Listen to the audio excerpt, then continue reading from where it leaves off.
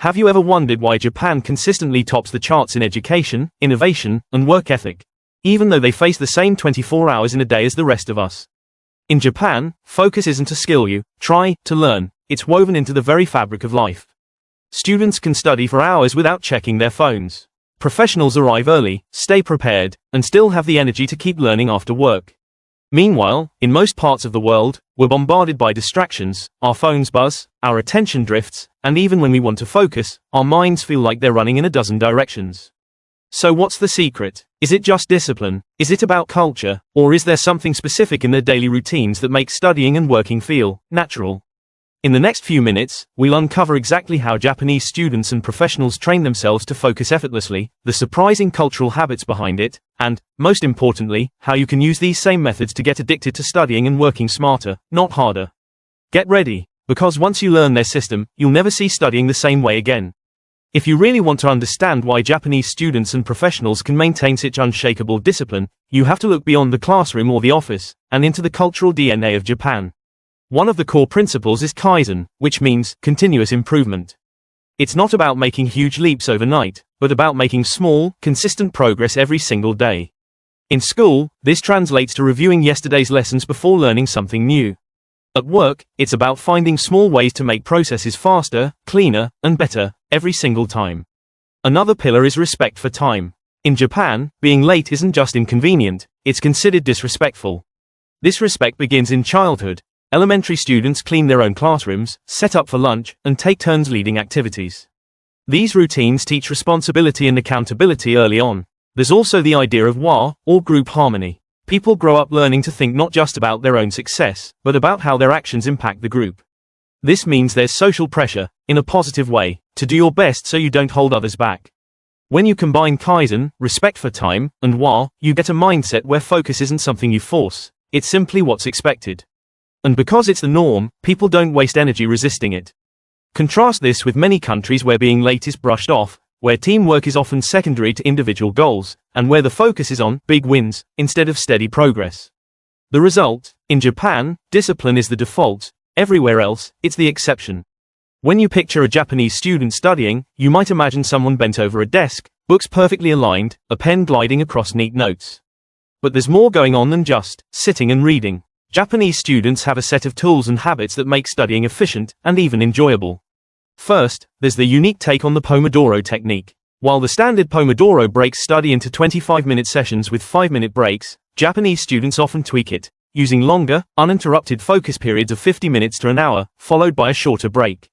This builds mental endurance, much like weight training for the brain.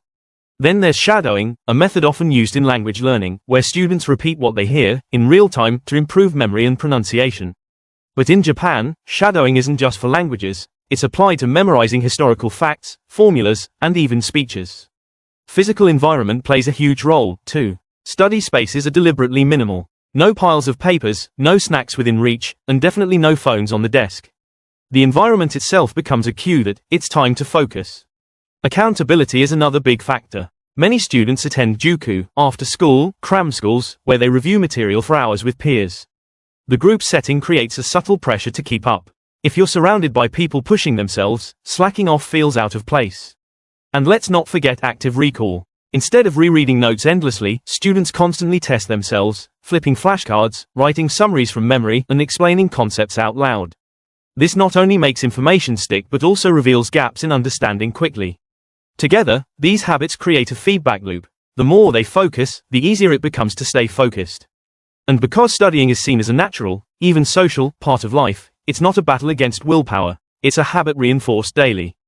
These professionals take it to a whole new level in the workplace.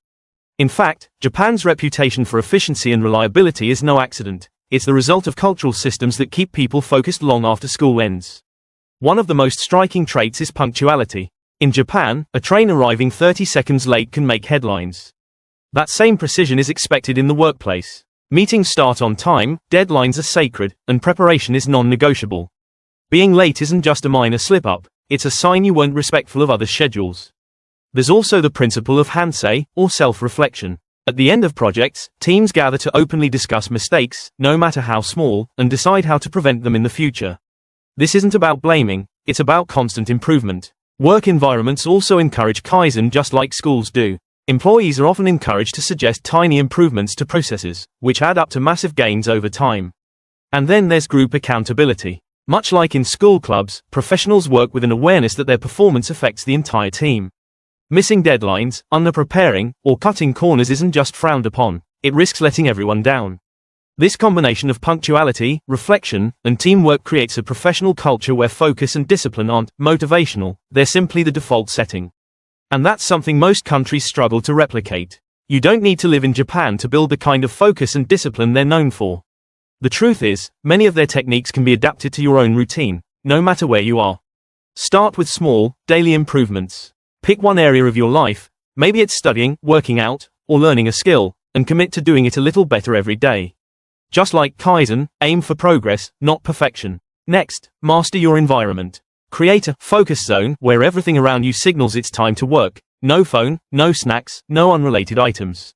The cleaner and more intentional your space, the easier it becomes to focus automatically. Add accountability. This could be a study buddy, a mastermind group, or even an online community where you share progress. The key is knowing someone else is expecting you to follow through.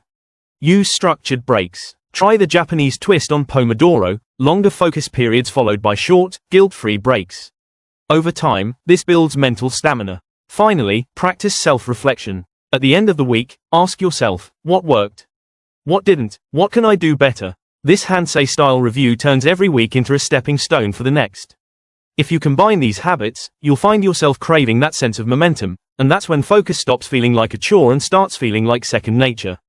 Japan's secret to focus isn't magic, it's a system built on small daily improvements, respect for time, and collective responsibility. From the classroom to the office, they've mastered the art of turning discipline into a lifestyle. The best part, you can do it too. Start small, stay consistent, and let the habit grow until focus becomes effortless. I challenge you, try one Japanese-inspired habit this week. Notice how it changes your work, your studies, even your mood. If you found this helpful, hit the like button, subscribe, and share this with someone who could use a little Japanese discipline in their life.